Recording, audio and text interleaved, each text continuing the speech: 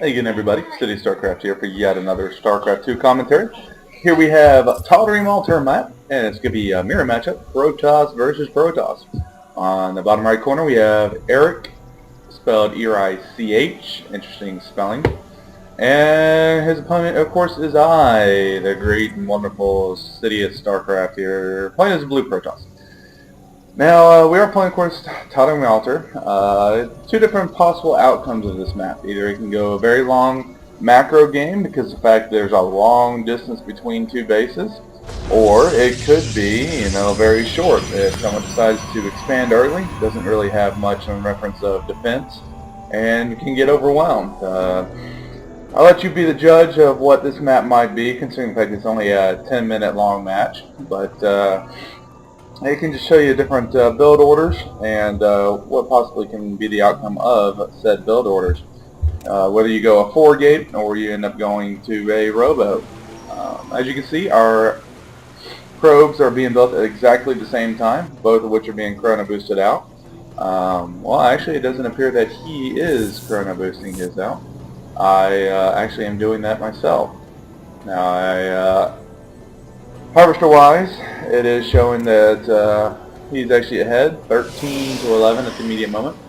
I decided to put my gateway down just roughly about the same time he does. So he actually was able to squeak out another probe before I was able to actually do so. He might have chrono boosted a little sooner than I did.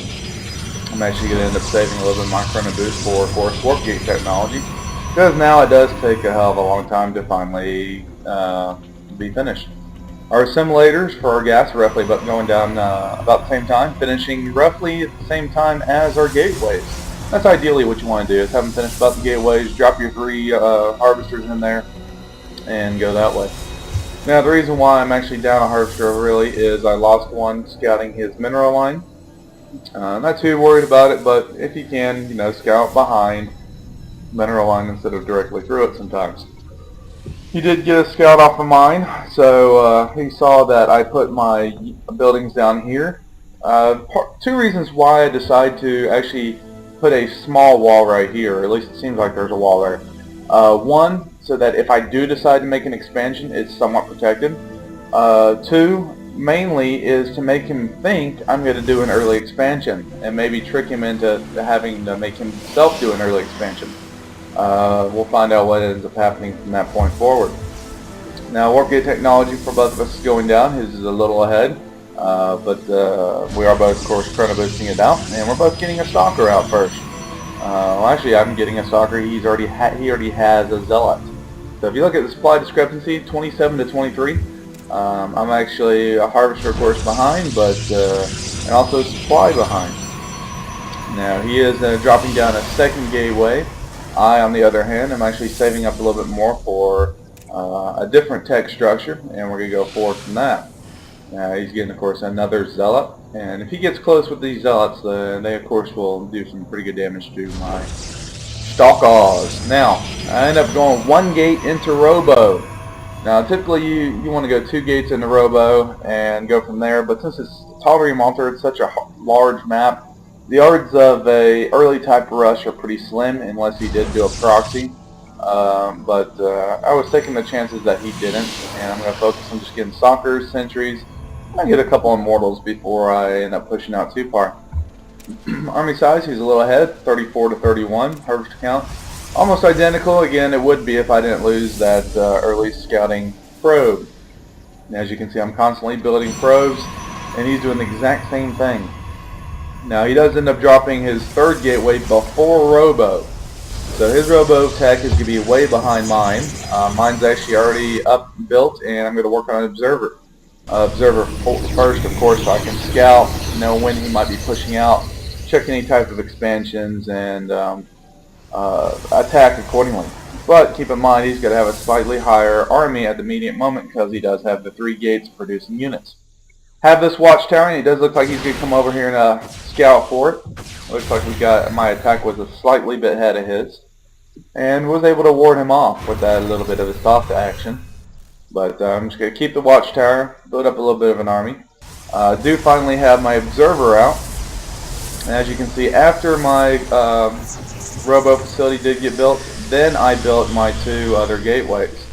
So we end up going both 3-gate robo, but I do 1 gate to robo and then build my other 2 gates, and he does the 3 to 1. Doing it this way allows me to get immortals and, of course, OBSs or observers out a little bit sooner. Now I do, of course, scout up here and see, he's going for an expansion. So I do have a timing window of another about 30 seconds or so, 45 seconds, before he gets this up and running, where I could move out and attack. Because our mineral count, of course, is a little low for both of us because we're spending all we can. He spent 400 on this. I spent 400 on this and some army. So army size is going to be much stronger, as you can see, 1125, 675 to his 800, 450. Again, that's because most of it was spent on this expansion. So I have a little bit of a timing window here. If I decide to move out soon, then I should be able to catch him off guard and get him before this actually gets up and going. Now he wisely decides to take out my observer. He saw the little blip on the map, so he saw where I was at, and he was able to destroy my little observer. He does have actually another one over here. I saw it there, but I wasn't focused on actually building another observer just because I wanted to move out right now. It'd be more wise for him to actually have this observer follow my army, so then he can see exactly where I'm going. Harvester count, now he's skyrocketing ahead, 3931. This is what I'm saying. I have a little timing window right here because he's able to produce twice the amount of probes. If I let this go unchecked, then eventually he'll have a lot higher income and I'll be SOL. But again, the harvester army size, he actually is a little bit higher. I do end up blocking off all of his main units. A couple of zealots actually get stuck in the back. I'm going to pull away from him a little bit, base on immortal out, then I'm going to go straight in for the immortal, try to take him out. And as you can see, now I'm actually trying to destroy a little bit of zealots. Those are the only things I'm really worried about. And at this point, he's actually having to pull off the probes. I saw he's pulling them off, so I do funnel him down here. And I'm actually microing back and forth to try to kill the probes and keeping my units alive. At this point, you can see that my immortals are still alive, but he does have a Colossus on here, so I need to focus fire down the Colossus. He does not have thermal lance, so I was able to take it out really quickly. And as you can see, now these immortals are just doing work. Between the two of them, 13 total kills. And at this point in time, he decides to leave the game, not even a GG. So even though there's a huge map, if you know the timing windows and you're able to get that observer out pretty quickly so you can see what they're doing, you know when you can push out, when you have that opportunity, and you can take advantage of it. So I hope you guys enjoyed it, and look forward to the next one.